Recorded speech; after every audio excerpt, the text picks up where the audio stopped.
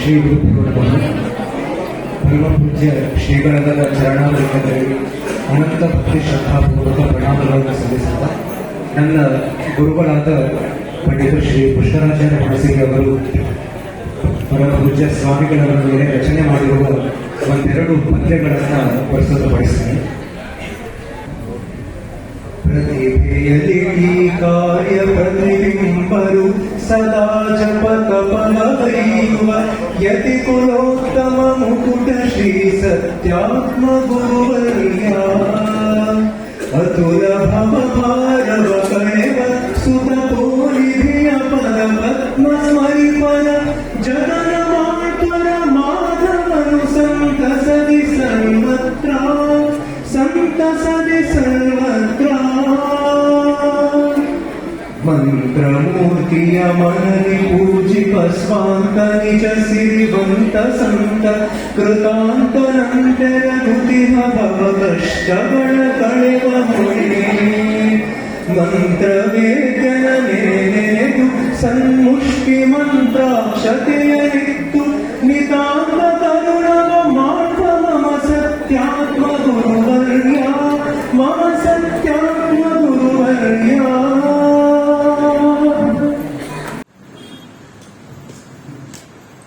ಪರಂ ವೇದ ಸಂವೇದ್ಯಂ ಕಟಾಕ್ಷೇಣ ವಿವೀಕ್ಷಿತಂ ನ ಕ್ಷಮಂತೆ ಮತಯಸ್ತಮುಪಾಸೇ ಶ್ರೀವರ್ಧತಿ ಮಯಿ ಸ್ಥಿತೋ ಮರಂಗೇಷು ಸ್ವತಂತ್ರೋ ವ್ಯಾಪ್ತವಾನ್ ಹರಿ ಸ ವಿಷ್ಣುಶ್ಚಾಸ್ವತಂತ್ರಂ ಮಾಂ ಸ್ವೇಚ್ಛಯಾ ಪ್ರಯತ್ಯಃ ಸ್ವಾತ್ಮನಸ್ತಸ್ಯ ಪೂಜಾಸ್ಯುಃ ಮನೋ ವಾಕ್ ಕಾಯವೃತ್ತಯಃ ಮಮೈಕಾಃ ಇತಿ ಕರ್ತಾರಂ ಉದ್ದೇಶ್ಯಂ ಚ ಹರಿಂ ಸ್ಮರೇತ್. ಧರ್ಮವಿಜ್ಞಾನ ವೈರಾಗ್ಯ ಪರಮೈಶ್ವರ್ಯಶಾಲಿನಃ ಆನಂದತೀರ್ಥ ಭಗವತ್ಪಾದಾನ್ ವಂದೇ ನಿರಂತರಂ. ಆನಂದತೀರ್ಥೋಪದಿಷ್ಟೋ ನಿಜನಾರಾಯಣ ಸ್ವಯಃ ಪ್ರದರ್ಶಿತೋ ಯೇನ ಸಮ್ಯಕ್ ತ್ರಯತೀರ್ಥಂ ತಮಾಶ್ರಯೇ. ಸತ್ಯಾವಿಘ್ನಕರಾಬ್ಧೋತ್ಥಾನ್ ಪಂಚಾಶತ್ವರ್ಷಪೂರಕಂ ಸತ್ಯಪ್ರಮೋದತೀರ್ಥಾರ್ಯಾನ್ ನೌಮಿ ನ್ಯಾಯಸುಧಾರಕಾನ್.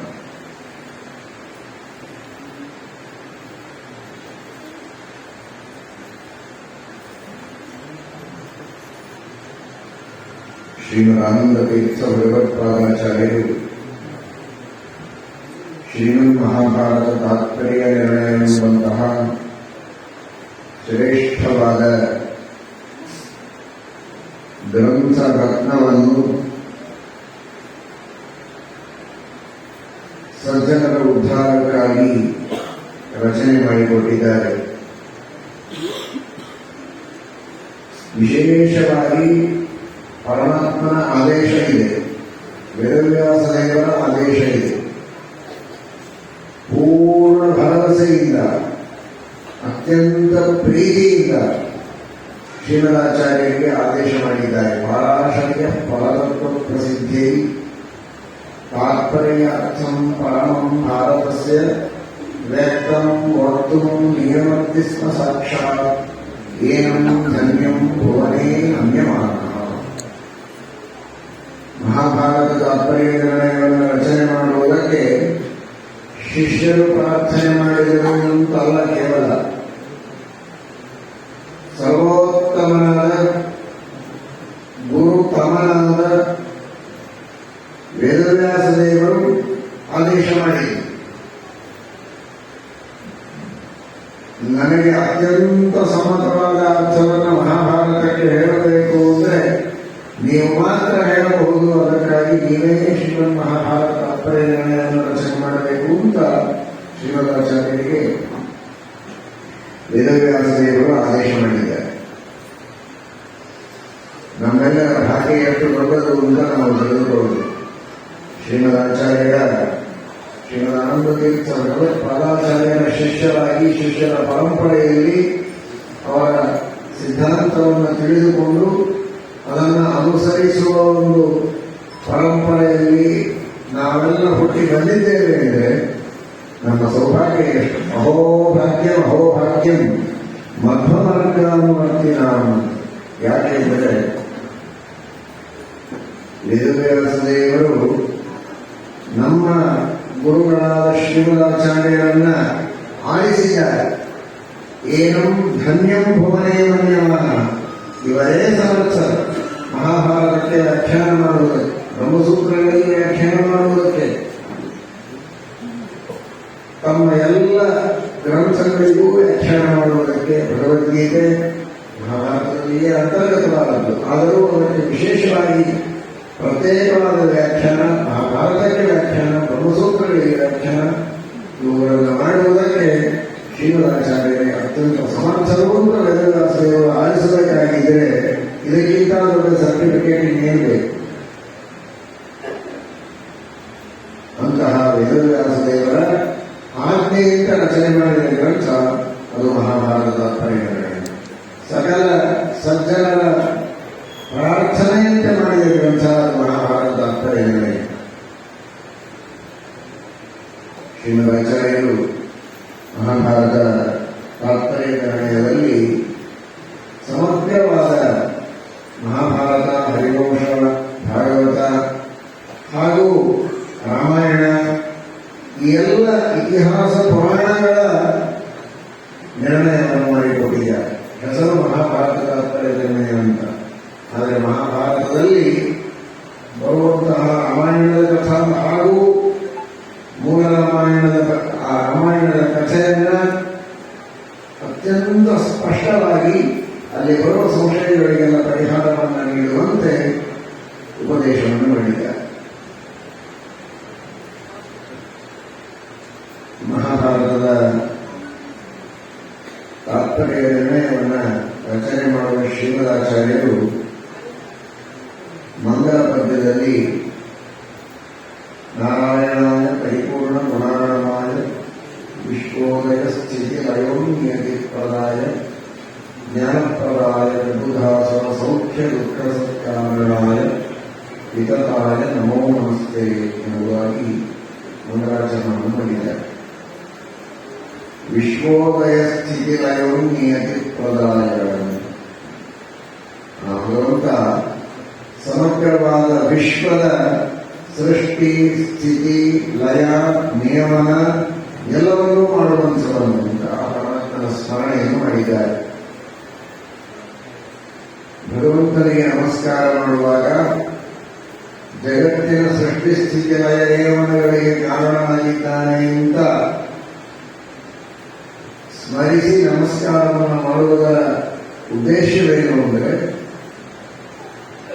ಭಗವಂತನ ಸೃಷ್ಟಿಯಾಗಿ ಕರ್ತೃತ್ವವನ್ನು ತಿಳಿಯಬೇಕು. ಅದರಿಂದಲೇ ಮೋಕ್ಷ, ಅದರಿಂದಲೇ ಸಂಸಾರದ ಪರಿಹಾರ, ಪಾಪಗಳ ಪರಿಹಾರ, ಇದು ಒಂದು ಸತ್ಯ. ಜೊತೆಗೆ ಯಾವ ಮಹಾಭಾರತದ ವ್ಯಾಖ್ಯಾನವನ್ನು ಮಾಡುವುದಕ್ಕೆ ಹೊರಟಿದ್ದಾರೆ ಆ ಮಹಾಭಾರತಕ್ಕೆ ಸಂಬಂಧಪಟ್ಟಂತೆ ಆ ಭಗವಂತನ ಗುಣವನ್ನು ಚಿಂತನೆ ಮಾಡ್ತಾ ಇದ್ದಾರೆ. ಮಹಾಭಾರತದಲ್ಲಿ ಅನೇಕ ದೇವತೆಗಳ ಅವತಾರ ಆಗ್ತದೆ. ಭೂಭಾರ ಹರಣವನ್ನು ನೋಡುವುದಕ್ಕಾಗಿ ಸ್ವತಃ ರಮಾದೇವಿ, ಬ್ರಹ್ಮದೇವರು, ವಾಯುದೇವರು, ಬ್ರಹ್ಮದೇವರಿಗೆ ಅವತಾರ ಇಲ್ಲ.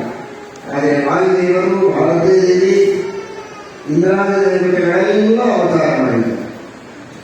ಅಸುರರು ಅವತಾರ ಮಾಡಿದ್ದಾರೆ. ದೇವತೆಗಳ ಅಸುರರ ಸೃಷ್ಟಿಯಾದ ಕಥೆ ಇದೆ.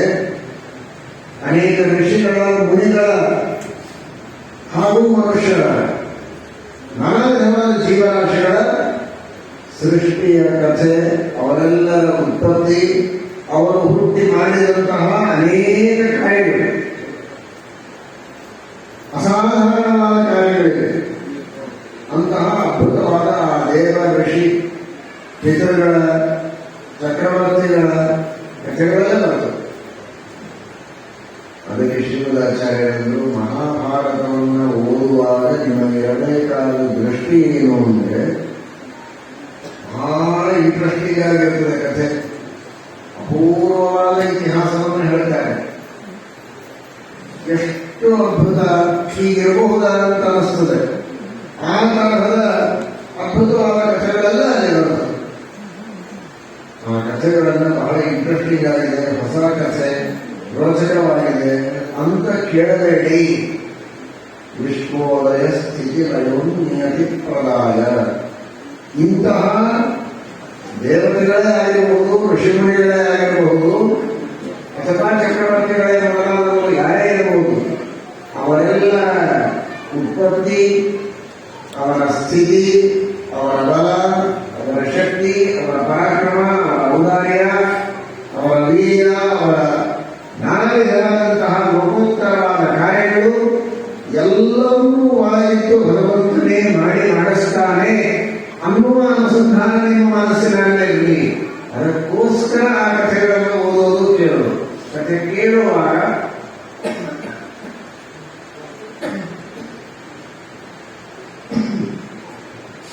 ಹೆಜ್ಜೆ ಹೆಜ್ಜೆಗೆ ಈ ಅನುಸಂಧಾನ ಬರಬೇಕು. ಪಾಂಡವರ ಅವತಾರ ಕಥೆಗಳನ್ನು ಕುಂತಿ ದುರ್ವಾಸರಿಂದ ಮಂತ್ರಗಳನ್ನು ಪಡೆದು ಅತ್ಯಂತ ಭಕ್ತಿಯಿಂದ ಆ ಮಂತ್ರಗಳ ಪಠನ ಮಾಡಿದರೆ ಸ್ವತಃ ವಾಯುದೇವರು, ಯಮಧರ್ಮರಾಜ, ಇಂದ್ರದೇವರು ಎಲ್ಲರೂ ಬಂದು ಅಲ್ಲಿ ಉತ್ತಮವಾದ ಪುತ್ರ ಸೌಭಾಗ್ಯವನ್ನು ಕೊಡ್ತಾರೆ. ಮಾಗರಿಗೆ ಅಶ್ವಿನಿ ದೇವತೆಗಳು ಬಂದು ಪುತ್ರ ಸೌಭಾಗ್ಯವನ್ನು ಕೊಡ್ತಾರೆ ಅನ್ನೋ ಒಂದು ಪಾಂಡವರ ಉತ್ಪತ್ತಿಯನ್ನೇ ತೆಗೆದುಕೊಂಡು ಇದೊಂದು ಮಂತ್ರಬಲ, ದುರ್ವಾಸನ ಶಕ್ತಿ, ಕುಂತಿಯ ನಿಷ್ಠೆ ಎಲ್ಲವೂ ಸತ್ಯ. ಅವರ ತಿಳಿಯಲೇಬೇಕು. ಆದರೆ ಅಲ್ಲಿಗೆ ಉಳಿಸಬೇಡಿ. ವಿಶ್ವೋದಯ ಸ್ಥಿತಿಯೋ ನಿಯತಿ ಪ್ರಳಯ. ಏನು ಭಗವಂತನ ಅದ್ಭುತವಾದ ಶಕ್ತಿ, ಆ ಪರಮಾತ್ಮನ ಪ್ರೇರಣೆ.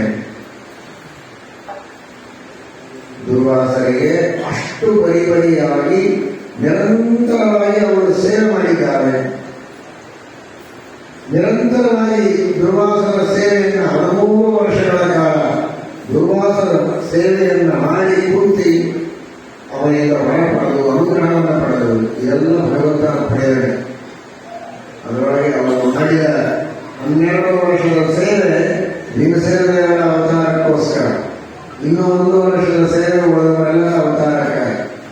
ಅಷ್ಟು ಒಂದು ಹೆಣ್ಣು ಪರಿಪರಿಯಾಗಿ ಅಂತಹ ಕೋಪಿಷ್ಠರಾದ ಋಷಿಗಳು ಅಬಾರದು, ಆದರೆ ಮಹಾ ತಪಸ್ವಿಗಳು ತೋರಿಸುವುದಕ್ಕೆ ಕೋಪವನ್ನು ಮಾಡ್ತಾ ಇದ್ರು, ಜನಗಳ ಅಧರ್ಮವನ್ನು ಮಾಡಬಾರದು ಅನ್ನೋದಕ್ಕೆ. ಅಂತಹ ಅತ್ಯಂತ ನಿಷ್ಠುರರಾದ ತಪಸ್ವಿಗಳಾದ ಮಹಾನುಭಾವರಾದ ದುರ್ವಾಸರ ಸೇವೆಯನ್ನು ಮಾಡುವುದಕ್ಕೆ ಅವರು ಧೈರ್ಯ ಮಾಡಿದ್ದು ಹೇಗೆ? ಧೈರ್ಯ ಮಾಡಿರಬಹುದು. ಅವರ ಕಥೆಯನ್ನು ನೀವು ಬೇಕಾದಷ್ಟು ಕೇಳಿದ್ದೀರಿ. ಎಲ್ಲರೂ ಅವರ ಎದುರಿನಲ್ಲಿ ಸೋತರು. ಅವರ ಇಚ್ಛೆಯನ್ನು ಪೂರ್ಣ ಮಾಡಲಿಕ್ಕೆ ಆಗಿಲ್ಲ. ಅಂಥದ್ದು ಕುಂತಿ 1 ದಿನ ಅಲ್ಲ, 2 ದಿನ ಅಲ್ಲ, 1 ಸಲ ಎದುರಿಗೆ ಹೋಗಿ ಭೇಟಿಯಾಗಿ ನಮಸ್ಕಾರ ಮಾಡಿ ಅವರಿಗೆ ಮಂತ್ರಾಕ್ಷರ ತೆಗೆದುಕೊಂಡು ಬಂದ್ರೇನೆ ಅವರು ಧನ್ಯರು, ಮುಕ್ತರಾದಾಗ. ಅಂತಹ ತಪಸ್ವಿಗಳು, ನಿಷ್ಠುರರು ದುರ್ವಾಸರು. ಅವರ ಹೆಸರು ಕೇಳಿದರೆ ಭಯವಾಗ್ತದೆ. ಅಂಥವರನ್ನು 13 ವರ್ಷ ಸೇವೆ ಮಾಡಿದ್ದು ಈಗ ಸಾಧ್ಯವ? ವಿಶ್ವೋದಯ ಸ್ಥಿತಿಲಯವನ್ನು ಪ್ರಕಾಯ ಪಾಂಡವರ ಅವತಾರ ಆಗಬೇಕು ಅನ್ನುವುದು ಭಗವಂತನ ಸಂಕಲ್ಪ. ಅದಕ್ಕಾಗಿ ಪರಮಾತ್ಮ ಅವರಲ್ಲಿ ಸನ್ನಿಹಿತನಾಗಿ ಅವರ ಬುದ್ಧಿಯಲ್ಲಿ, ಅವರ ಮನಸ್ಸಿನಲ್ಲಿ, ಅವರ ಶರೀರದಲ್ಲಿ, ಅವರ ಇಂದ್ರಿಯಗಳಲ್ಲಿ ಸನ್ನಿಹಿತನಾಗಿದ್ದು ಆ ಉತ್ಸಾಹ, ಆ ಧೈರ್ಯ, ಶಕ್ತಿಗಳನ್ನು ತುಂಬಿ ಅವರಿಂದ ಸೇವೆಯನ್ನು ಮಾಡಿಸಿ ಪಾಂಡವರ ಅವತಾರ ಆಗುವಂತೆ ಮಾಡಿದ್ದಾನೆ ಎಂದು ಚಿಂತನೆ ಮಾಡಬೇಕು. ಆ ಕಥೆಯನ್ನು ಕೂಡ ದೇವರ ಮಹಿಮೆಯಲ್ಲಿ ನಾವು ಪರ್ಯವಸಾನ ಮಾಡಿಕೊಂಡ್ರೆ ಆಗ ಅದು ಸಾರ್ಥಕ.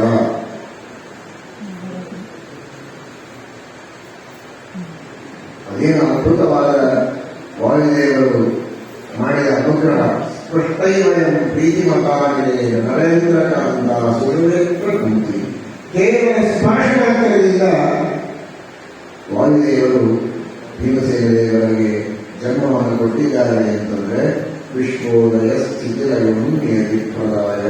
ಆ ಭಗವಂತನ ಮಹಿಮೆ ಎಷ್ಟು ಅದ್ಭುತ. ಆ ಮಂತ್ರದ ಬಲ, ಮಂತ್ರದ ಬಲ ಅಂದ್ರೆ ಮಂತ್ರ ಏನು? ವೃದ್ಧ ಸ್ಪಷ್ಟಾಕ್ಷರವು ಮಂತ್ರ. ಪರಮಾತ್ಮನೇ ಮಂತ್ರದಲ್ಲಿರ್ತಾನೆ. ಬಹಳ ಚೆನ್ನಾಗಿ ಮಂತ್ರಗಳ ಉಚ್ಚಾರಣೆಯನ್ನು ಮಾಡಿದವರು. ಸ್ಪಷ್ಟಾಕ್ಷರ, ಸ್ಪಷ್ಟವಾಗಿ ಅಕ್ಷರಗಳನ್ನು ನಮ್ಮಿಂದ ನುಡಿಸುವವರು ದೇವರು. ಮಂತ್ರ ಪ್ರತಿಪಾದ್ಯ ದೇವರು, ಮಂತ್ರದಲ್ಲಿ ಅಂತರ್ಯಾಮಿಯಾದವನು ದೇವರು. ಮಂತ್ರ ಸ್ಥಾತಿ ಮಾನತಃ, ಜ್ಞಾನಪೂರ್ವಕವಾಗಿ ಉಚ್ಚಾರಣೆ ಮಾಡಿದರೆ ಅದು ರಕ್ಷಣೆ ಮಾಡುವಂತೆ ಆ ಮಂತ್ರದಲ್ಲಿ ಶಕ್ತಿ ತುಂಬಿದವನು ದೇವರು. ಆ ಮಂತ್ರದ ಜಪ ಮಾಡಿದಷ್ಟು ಅದರ ಸಿದ್ಧಿ ವಿಶೇಷವಾಗಿ ಬರುತ್ತೆ.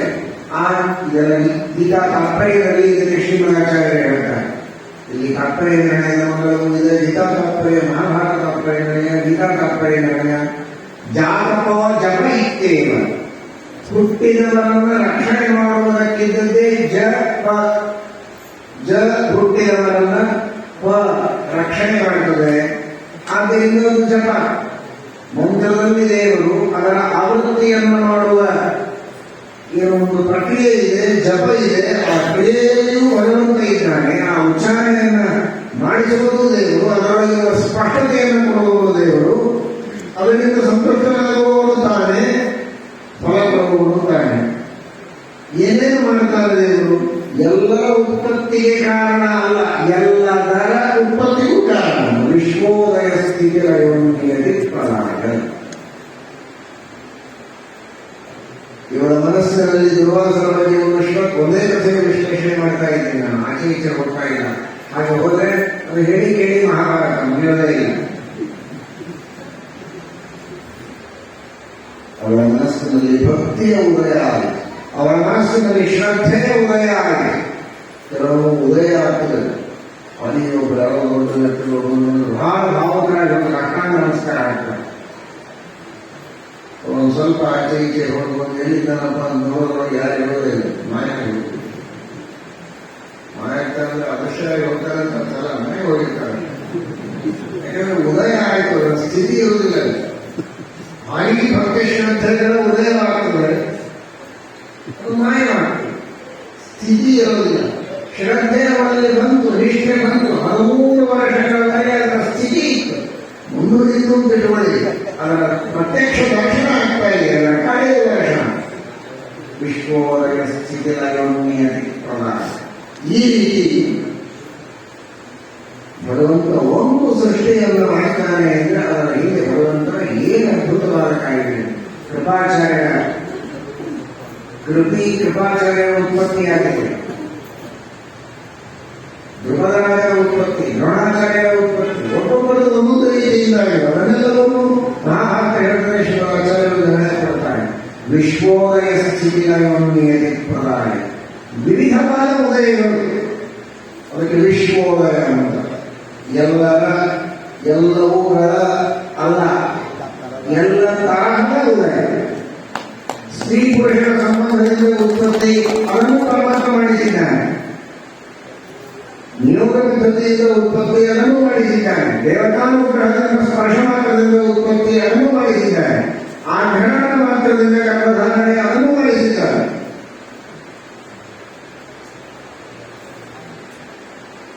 ಈ ವಿವಿಧ ರೀತಿ ದ್ರೋಣದಲ್ಲಿ ಅವರ ಉತ್ಪತ್ತಿಯಾದರಿಂದಲೇ ದ್ರೋಣಾಚಾರ್ಯರು. ಅದೇ ಧೃತತ್ವ, ಧ್ರುಪದ ವಿಜಯ, ಪ್ರಶುಕರಾದ ಕೇವಲ ಕಾಲಿನಿಂದ ವೀರ್ಯವನ್ನು ತುಳಿದವಾಗ ಅಲ್ಲಿ ಹುಟ್ಟಿದವರು ಧ್ರುಪದ. ಇದೆಲ್ಲ ಸಾಧ್ಯವ? ವಿಶ್ವೋದಯ ಸ್ಥಿತಿಲಯೋನ್ಯತೆ ಪ್ರಭಾವ. ವಿವಿಧವಾದ ರೀತಿಯಲ್ಲಿ ಉತ್ಪತ್ತಿಗಳನ್ನ ಮಾಡಿಸಿ ತೋರಿಸಿದವರು ಪರಮಾತ್ಮ. ಇದನ್ನೆಲ್ಲ ಯಾಕೆ ತೋರಿಸ್ತಾನೆ? ಸ್ವತಂತ್ರಗಳಾಗುವ ಕಾರಣ. ಕರ್ತು ಅಕರ್ತು ಅನ್ಯಥಾ ಕರ್ತು ಸಾಮರ್ಥ್ಯ ನನ್ನಲ್ಲಿದೆ ಅನ್ನುವುದನ್ನು ಜನರಿಗೆ ತೋರಿಸುವುದಕ್ಕೆ ಆ ರೀತಿ ವಿವಿಧ ವಿಚಿತ್ರ ಸೃಷ್ಟಿಗಳನ್ನು ಮಾಡಿದವನು, ವಿವಿಧ ವಿಚಿತ್ರ ರೀತಿಯಲ್ಲಿ ಸ್ಥಿತಿ ಮಾಡಿದವನು ಕಾರಣ.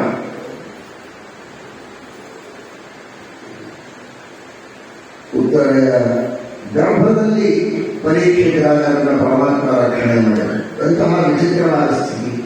ಪ್ರತ್ಯಕ್ಷವಾಗಿ ಕಾಂಡವರನ್ನ ಮೃಧೇನೇಕ ಮಹಾರಥಾಸ್ಕೃತಃ ಹಾಗೂ ರಕ್ಷಣೆ ಮಾಡಿದ, ಅದೊಂದು ರೀತಿಯ ಸ್ಥಿತಿ. ದ್ರೌಣ್ಯಸ್ತ್ವಕಶ್ಚಾಸ್ಮಹರೇಹಿ ರಕ್ಷಿತ. ಆ ಬ್ರಹ್ಮಾಸ್ತ್ರವನ್ನ ಅಶ್ವತ್ಥಾಮಾಚಾರ್ಯರು ಬಿಟ್ಟಾಗ ಗರ್ಭದೊಳಗೆ ಪ್ರವೇಶ ಮಾಡಿ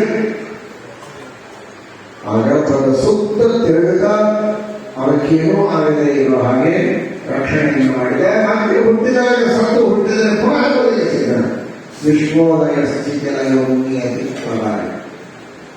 ವಿಶ್ವಸ್ಮಿನ್ ಪ್ರಸಂಗಿ, ಒಳಗೂ ಹೊರಗೂ, ಒಳಗೂ ರಕ್ಷಣೆ ಮಾಡಿದ, ಹೊರಗೂ ರಕ್ಷಣೆ ಮಾಡಿದ ಪರೀಕ್ಷಿತರಾದವನು. ನಾನಾ ರೀತಿಯಿಂದ ಪರಮಾತ್ಮ ರಕ್ಷಣೆಯನ್ನು ಮಾಡಿದ್ದಾನೆ, ನಾನಾ ರೀತಿಯಿಂದ ಲಯವನ್ನು ಮಾಡಿದ್ದಾನೆ. ಏನು ಜಯದ್ರಥನನ್ನ ಸಂಹಾರ ಮಾಡಿಸುವಂತಹ ರೀತಿ. ತಕ್ಷಣದಲ್ಲಿ ಸಸರ್ಜ ತಮಪೂರ್ಜಿತಂ, ಕೂಡಲೇ ಪರಮಾತ್ಮನ ಕರ್ತವ್ಯವನ್ನು ಸೃಷ್ಟಿ ಮಾಡಿದ. ಸೂರ್ಯಾಸ್ತದೊಳಗೆ ಜಯದ್ರಥನ ಸಂಹಾರ ಮಾಡಿದರೆ ಇದ್ರೆ ನಾನು ಸಾಯ್ತೇನೆ ಎಂದು ಪ್ರತಿಜ್ಞೆ ಮಾಡಿದ್ದಾರೆ ಅರ್ಜುನ. ಅವನನ್ನು ಮುಚ್ಚಿ ಇಟ್ಟಿದ್ದಾರೆ, ಸಿಗದೇ ಇಲ್ಲ ಹಾಗೆ. ಸಸರ್ಜ ತಮಪೂರ್ಜಿತಂ, ಕೇವಲ ಭಗವಂತನ ಸ್ವಾತಂತ್ರ್ಯ. ವಿಶ್ವೋದಯ ಸ್ಥಿತಿ ಪ್ರದಾಯ, ಇದಕ್ಕೆ ಹಾಗೆ ಸಮಸ್ಯೆಯ ಸೃಷ್ಟಿಯನ್ನು ಮಾಡಿದ. ಓ ಸೂರ್ಯಾಸ್ತ ಆಯ್ತು, ಇನ್ನೇನು ನನ್ನನ್ನು ಕೊಲ್ಲೋದಿಲ್ಲ ಅರ್ಜುನ, ಅವನೇ ಸಾಯ್ತಾನೆ, ಅದನ್ನು ನೋಡಬೇಕು ಅಂತ ಲಂಬೋದರ ಎದ್ದು ಎಂದು ಬಂದ. ಕೂತು ಕೈ ಮಾಡಿಕೊಂಡು ಬಡಿ ಮಾಡ ಕೃಷ್ಣ ಅಲ್ಲ, ಸೂರ್ಯಾಸ್ತ ಬಡಿ ಹೇಳಿದ ಕೇಳಬಹುದು. ನೋಡಿದ್ರೆ ಎಲ್ಲಿದೆ ಸೂರ್ಯ ಹಾಗೆ ಇದ್ದಾರೆ, ಸೂರ್ಯಾಸ್ತ ಆಗಿರಲಿಲ್ಲ. ನಿಕೃತ್ಯಾಮಿ ಹಣ್ಣಿಯ ಅಂತಹ ಮೋಸ ಮಾಡುವವನಿಗೆ ಮೋಸದಿಂದಲೇ ಸಂಹಾರ ಮಾಡಬೇಕು ಅಂತ ತಕ್ಷಣಕ್ಕೆ ಪರಮಾತ್ಮ ಆಜ್ಞೆ ಮಾಡಿದ. ಹಿಂದೆ ಮುಂದೆ ನೋಡಿಲ್ಲ. ಕೃಷ್ಣನ ಆಜ್ಞೆ ಅಂದ್ರೆ ಅದೇ ಧರ್ಮ. ವೇದ ಪ್ರಣೀತೋ ಧರ್ಮ, ವೇದಗಳು ಹೇಳಿದ್ದು ಧರ್ಮ.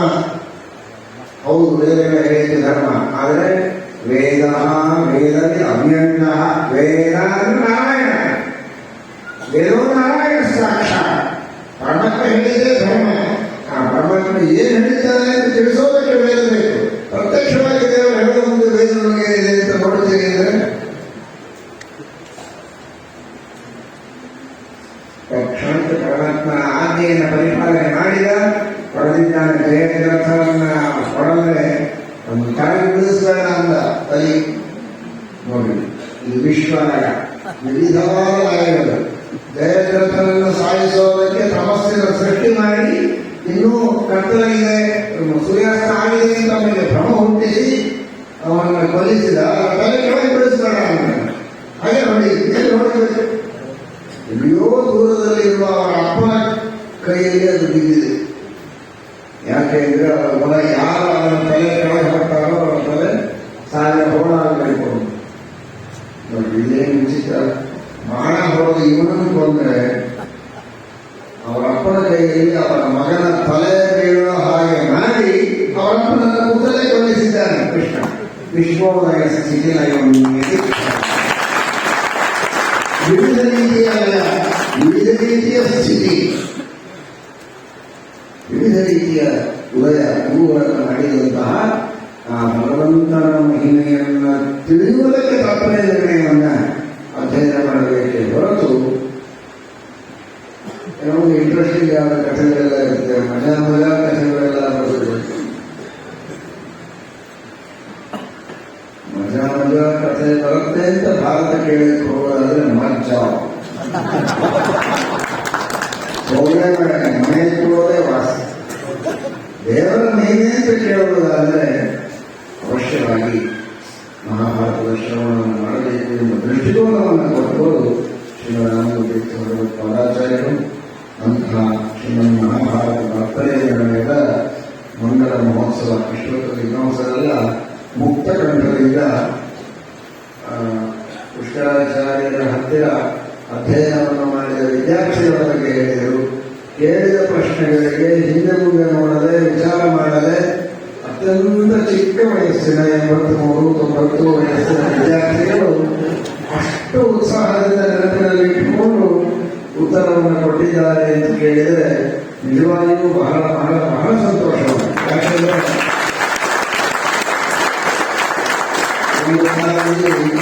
ಸುಮ್ಮನೆ ಕೇಳ್ತಾ ಇರೋದು ಅಂತ ನಮ್ಮ ಪ್ರವೃತ್ತಿ. ಅದು ಒಂದು ಪುಣ್ಯದ ಕೆಲಸವೇ. ಶ್ರವಣ ಮಾಡಿದರೆ ಮಹಾಪುಣ್ಯ ಇದೆ. ಆದರೂ ಸುಮ್ಮನೆ ಕೇಳದೆ ಅಷ್ಟು ಶ್ರದ್ಧೆಯಿಂದ ಕೇಳಿ, ಅಧ್ಯಯನ ಮಾಡಿ, ಆವೃತ್ತಿ ಮಾಡಿ, ನೆನಪಿನಲ್ಲಿಟ್ಟುಕೊಂಡು ಪ್ರಶ್ನೆಗೆ ಉತ್ತರವನ್ನ ಕೊಡುವಷ್ಟು ತಯಾರು ಮಾಡಿದ್ದಾರೆ ಅಂದರೆ ಆ ಶಿಷ್ಯರು ಅತ್ಯಂತ ಅಭಿನಂದನೀಯರು. ಅದಕ್ಕಿಂತಲೂ ಹೆಚ್ಚು ಈ ವಯಸ್ಸಿನಲ್ಲಿರುವ ಶಿಷ್ಯರನ್ನ ಇಷ್ಟರ ಮಟ್ಟಿಗೆ ತಯಾರು ಮಾಡಿಸಿದ ಪುಷ್ಕರಾಚಾರ್ಯರ ಪ್ರಯತ್ನ ನಿಜವಾಗಿಯೂ ಬಹಳ ಪುಷ್ಕಳವಾಗಿ ಅಭಿನಂದನೀಯವಾಗಿದೆ. ಅದಕ್ಕೆ ವಿಶೇಷವಾಗಿ ರಾಮದೇವರ ವೇದವ್ಯಾಸದೇವರ ಅನುಗ್ರಹ ಆಗಬೇಕು, ಇನ್ನೂ ಹೆಚ್ಚು ಪಾಠ ಪ್ರವಚನ ಮಾಡುವ ಶಕ್ತಿಯನ್ನ ದೇವರು ಅವರಿಗೆ ಕರುಣಿಸಲಿ. ಒಬ್ಬೊಬ್ಬರು ಅಷ್ಟು ಮನಃಪೂರ್ವಕವಾಗಿ ಅವರ ಶಿಷ್ಯರು ಇದೀಗ ಅನುವಾದ ಮಾಡಿದ್ದನ್ನು ಕೇಳಿದರೂ ಕೂಡ ಬಹಳ ಸ್ಪಷ್ಟತೆ ಇದೆ, ಯಾವುದೇ ರೀತಿಯ ಗೊಂದಲ ಇಲ್ಲದೆ ಸ್ಪಷ್ಟವಾಗಿ ವಿದ್ಯಾರ್ಥಿಗಳು ಚಿಕ್ಕ ವಯಸ್ಸಿನಲ್ಲಿ ಹೇಗೆ ಅನುವಾದ ಮಾಡಬೇಕು ಹಾಗೆ ಆ ಹಿರಿಯರೆಲ್ಲ ಅನುವಾದವನ್ನು ಮಾಡುವುದು ಹೇಗೆ ಬಹಳ ಸಂತೋಷವಾಗಿದೆ. ಇದೇ ರೀತಿ ಶ್ರೀ ರಾಮತೀರ್ಥ ಭಗವತ್ಪಾದಾಚಾರ್ಯರು, ಶ್ರೀಮದ್ ಟೀಕಾಕೃಪಾದರು ಎಲ್ಲ ಗುರುಗಳು ಅನುಗ್ರಹವನ್ನು ಮಾಡಿ ಅವರಿಂದ ಈ ಪಾಠ ಪ್ರವಚನದ ಕಾರ್ಯವನ್ನು ನಿರಂತರವಾಗಿ ನಡೆಸಲಿ ಅಂತ ಪ್ರಾರ್ಥನೆ ಮಾಡುತ್ತೇವೆ. ಅವರಲ್ಲಿ ಒಳ್ಳೆಯ ಕಲೆಯೂ ಇದೆ. ನಮ್ಮ ಎಲ್ಲ ಗುರು ಪರಂಪರೆಯ ಶ್ಲೋಕಗಳನ್ನು ಅತ್ಯಂತ ಸುಮಧುರವಾದ ಭಾಷೆಯಲ್ಲಿ ಅದನ್ನು ಕನ್ನಡೀಕರಿಸಿ ಅದರ ಸಂಗೀತವನ್ನು ಹೇಳಿಸಿ, ಪ್ರಾಯಃ ಈ ಕೋವಿಡ್ನ ಸಂದರ್ಭದಲ್ಲಿ ಎಲ್ಲ ಆರಾಧನೆಗಳ ಸಂದರ್ಭದಲ್ಲಿ ಆ ಎಲ್ಲ ಶ್ಲೋಕಗಳನ್ನು ಪ್ರಚಾರಕ್ಕೆ ಬಿಟ್ಟು ಹಾಡುವವರಿಗೆ, ಪಾರಾಯಣ ಮಾಡುವವರಿಗೆ ಒಂದು ಒಳ್ಳೆ ಅನುಕೂಲ ಮಾಡಿಕೊಟ್ಟಿದ್ದಾರೆ. ಇದಲ್ಲದೆ ಇನ್ನು ಅನೇಕ ಹಾಡುಗಳನ್ನು, ಸ್ತೋತ್ರಗಳನ್ನು ಮಾಡುವಂತಹ ಕಲೆ ಅವರಲ್ಲಿದೆ. ಆ ಎಲ್ಲ ಕಲೆಯೂ ವಿಶೇಷವಾಗಿ ಅಭಿವ್ಯಕ್ತವಾಗಿ ಇನ್ನೂ ಹೆಚ್ಚು ಸಿದ್ಧಾಂತಗಳ ಪ್ರಮೇಯವನ್ನು ಹಾಡಿನ ರೂಪದಲ್ಲಿ ಸಮಾಜಕ್ಕೆ ನೀಡುವಂತಹ ಶಕ್ತಿಯನ್ನು ದೇವರು ಅವರಿಗೆ ಕೊಡಲಿ. ದಾಸ ಸಾಹಿತ್ಯ, ವ್ಯಾಸ ಸಾಹಿತ್ಯ ಎರಡೂ ಕೂಡ ವಿಶೇಷವಾಗಿ ಸಂಗಮವಾದದ್ದು. ಹರಿವಾಯುಗಳ ಅನುಗ್ರಹ ಇನ್ನೂ ಅಭಿವೃದ್ಧಿಯಾಗಲಿ ಅಂತ ದೇವರಲ್ಲಿ ಪ್ರಾರ್ಥನೆಯನ್ನು